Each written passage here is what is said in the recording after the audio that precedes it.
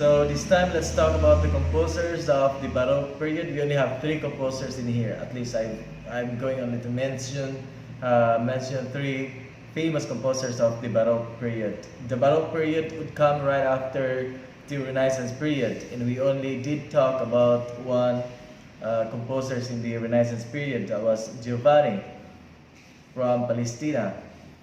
Baroque period would have started in 1685 and ended in the 1750.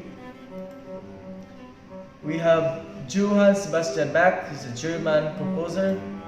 He was actually born in Germany March 21, 1685, and he died on July 28, 1750. It's like the end of the Baroque period was also his death, 1750. He came from a family of musicians. Basically, every musician during this time would also have come from a family of musicians, just like Beethoven. His grandfather was a court musician. Taught by his father to play violin, who was then a town musician of Eisenach. Entered school at 7 and taught religion and other subjects. He was taught religion and other subjects, eventually became orphaned at age 10. His brother, a church organist, provided for him, so he was fed by his brother. His soprano voice helped him to be accepted at school in Lüneburg. He has a higher pitch voice.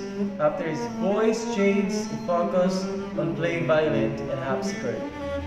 There's actually a change in the male voice. When you're younger, you have a higher pitch, and that pitch would actually be a soprano. And then later on, when the voice changes, you eventually become part of the normal kind of male voice. You either become the bass or the tenor.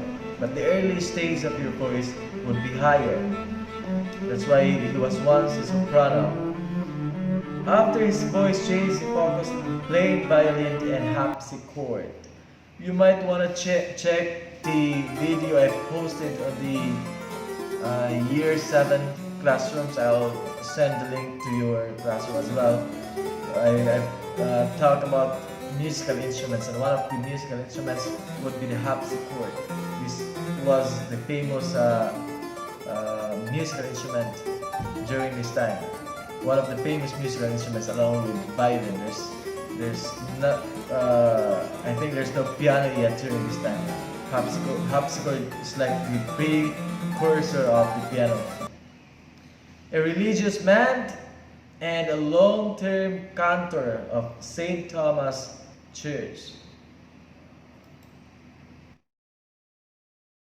His works include the Concerto Grosso, Masses, Cantatas, Oratorio, Toccata.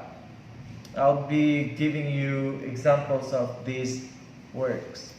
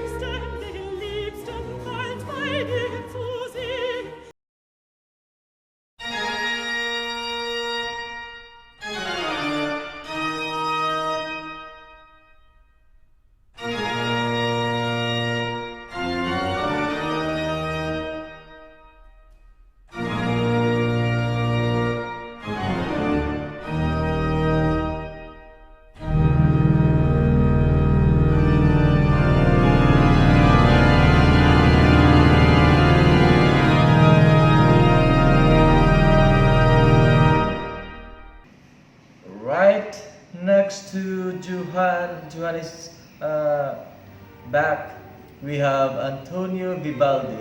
This time the music was so colorful. With Antonio Vivaldi style, the music has become so colorful with a lot of instruments played. Antonio Vivaldi, born in Venice, March 4, 1678. He died in Vienna in July 28, 1741. Antonio Vivaldi, his nickname is Il Prete Rosso, the Red Priest, because of his red hair. He was an Italian Baroque composer, a Catholic priest. He was a priest and a virtuoso, a violinist, a violin virtuoso. That means he really was a plays violin very well. That's a virtuoso. Is recognized as one of the greatest Baroque composer, known for composing instrumental concertos, especially for violin, as well as sacred choral works and over 40 operas. He has 40 operas. He entered priesthood, was ordained in 1703. He's known for giving strings a major role in his compositions. Later on, piano would have to play a great role in the compositions. Vivaldi was giving major roles for musical, for string musical instruments in his compositions. So I told you it's a very colorful music during this time. His famous piece is the Four Seasons. This composition is a series of 4 violin concerti depicting each of the seasons. We have the spring season, summer, autumn, and winter. This composition is actually depicting these 4 seasons. Antonio Vivaldi's Spring. Let's listen.